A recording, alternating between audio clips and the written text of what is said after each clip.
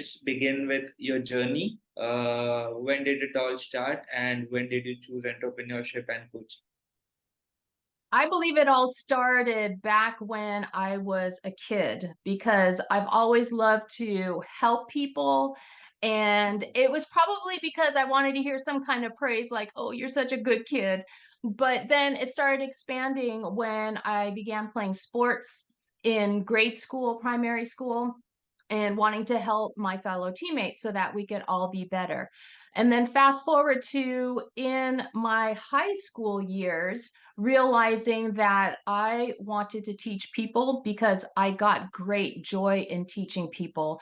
And between that and all the little odd jobs I had as a kid to earn money because my parents wouldn't give us allowance.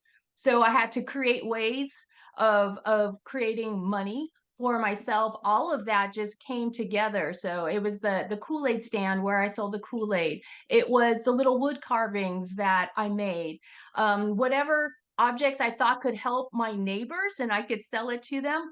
All of that eventually came together after college when I did have a quote unquote regular 8 to 5 job and was not enjoying myself. And I realized I needed to follow my teaching path. Mm.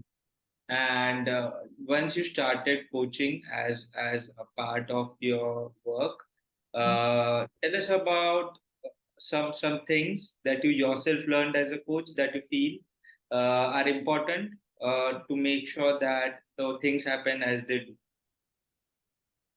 do. At the very beginning, I thought that I could call myself a coach or a consultant because of my desire to help people.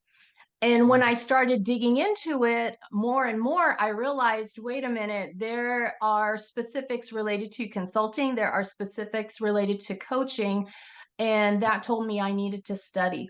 So while I was still helping clients at the beginning, I was also studying at the same time in order to grow. And of course, that is just studying the skill. There was also studying the whole concepts of running a business, which is totally Mm. different from the skill that you need to be good at what you're doing. So it's like these two different learning paths that I had to traverse at the same time. So even though I have been in a format of teaching since 1993, I am still learning. Even though I have been dabbling with entrepreneurship since 2001 and then full-time entrepreneur since 2004, I still continue to learn.